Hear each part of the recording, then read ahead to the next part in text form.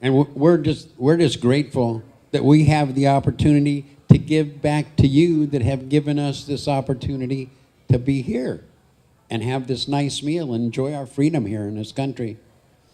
And that's just part of the whole program. You know, you gave your time, we give our time. Simple as that. And we're just grateful again for what you've done, not only for the country, but as individuals to us.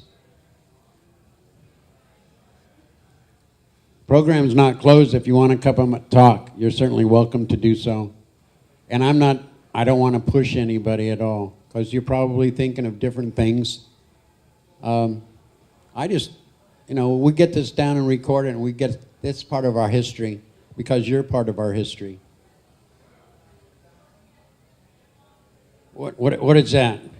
Melvin, are you giving me hand signals?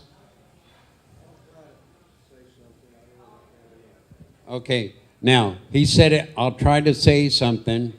I don't know if I can or not.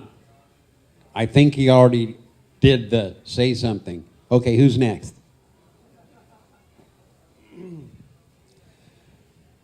I'm probably the youngest one here from World War II.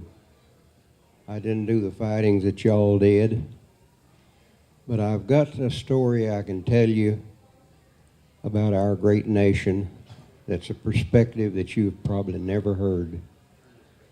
Is everybody can hear me all right? Oh, okay. When I got out of school, I went to work for Standard Oil of New Jersey in South America, Venezuela, under Pérez Jiménez, a blood and guts dictator just like the one they've got now.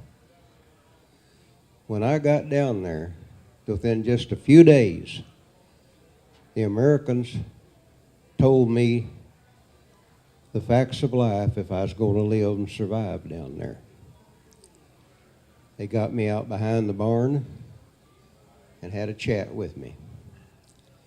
They said, I don't talk politics, I don't talk religion, and if I ever get in trouble, to go to the British consulate and not the American consulate.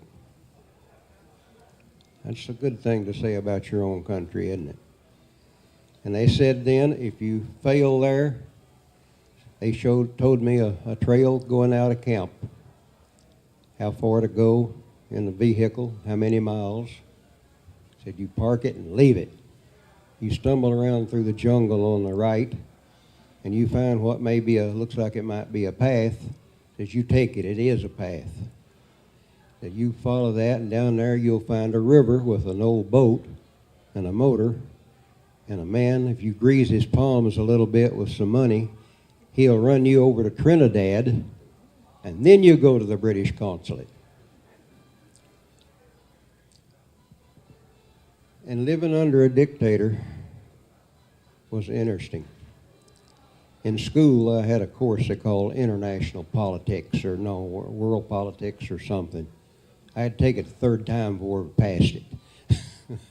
But when I got to Venezuela, that didn't do me a nickel's worth of good. When you're looking down the wrong end of a gun barrel, you want child psychology. So life was interesting and a little hectic. And of course, we got some rumors around that things were a little bit unhappy. And maybe a little background. We got a paper once a week written by the old dictator. There was no outside communication with the world except mail, which was obviously tampered with and censored. But we got the word that the old dictator thought people maybe didn't like him, and he's going to have a voting. I think the word was plebiscite. Y'all that know Spanish better than I do, maybe that's not, I think it was plebiscite they called it.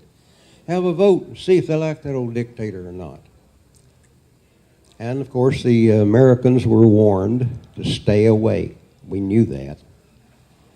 But the morning of the voting, I was at the office sitting at my desk, and Venezuelan next to me, a pretty good friend, I asked him if he was going to go vote. He said, well, I'd better, but I don't have a way to get over there.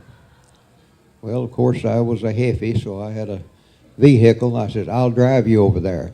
That was my first mistake. Anyway, I did. I drove him over there. And when we got up to the voting place, there was military people, guns, uniforms, all over, just crawling with them. I knew I was in trouble. I was the friendliest critter you can ever imagine. I didn't provoke nobody from nothing. But my buddy, the voting place was what we would call a duplex, I guess. It was on the right-hand side of the road, a building. On this end of it was a door. You went through the building, there's another door on the other end. My buddy went in this first door, and he was in there a little while, and he came out and he says, let's get out of here. And he told me what happened in there then.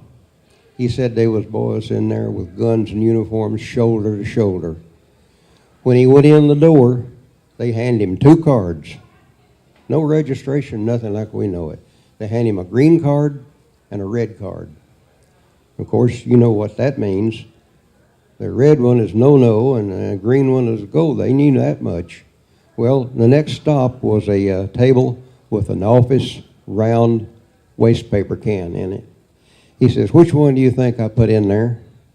The next stop then was a table with a square box and a slot in it, he said. Which one, he says, you think I put in there? Well, they weren't completely stupid. They weren't going to pack the ballot box, let nobody vote twice. So what was the next stop? There's an ink that is a purplish iridescent color. I don't know what it's called. But they had to stick their finger down in the ink bottle, their thumb down to there. You couldn't get that stuff off with a file. Okay? They didn't nobody vote twice. But what happened the next day then?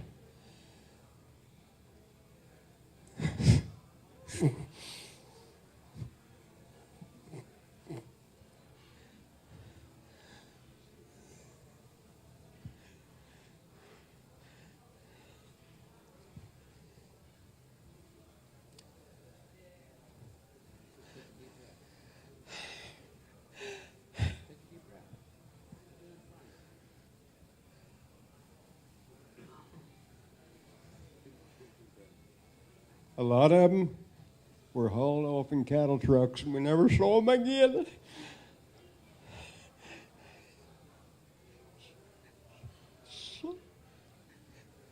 I can't do this. You're doing fine.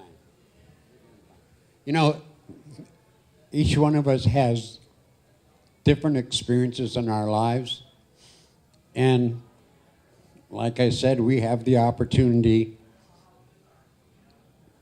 you know, to sit here and talk and enjoy each other's company.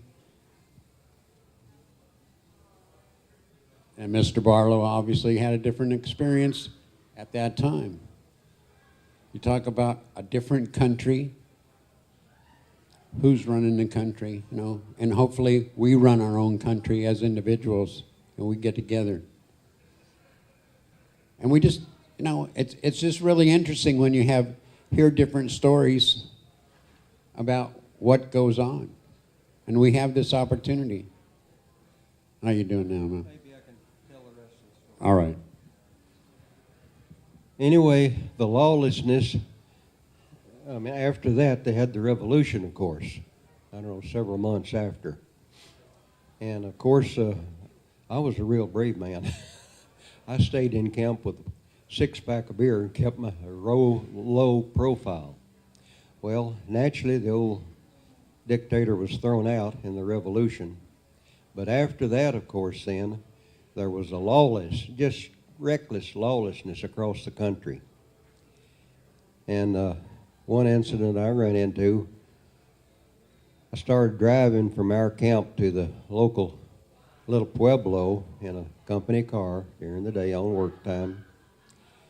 I ran into a group that blocked the road. I couldn't get by. They wouldn't let me through. I tried to talk to them in my broken Spanish. They weren't going to let me through there. Told me to go back. All right. I wasn't going to argue. They had guns and clubs and shotguns. I went back. What did I find? I ran into another mob. They wouldn't let me through either. Well, I came back then and got more or less in the center, found a place I could drive off of the road and hide my vehicle. I got in the back seat and went to sleep. When I woke up, I headed for camp. Everything was fine. I didn't see any more. But the lawlessness and this and that, I figured I'd had enough. I didn't have to pay U.S. taxes down there. I said I'd come home and pay my taxes and be darn glad of it.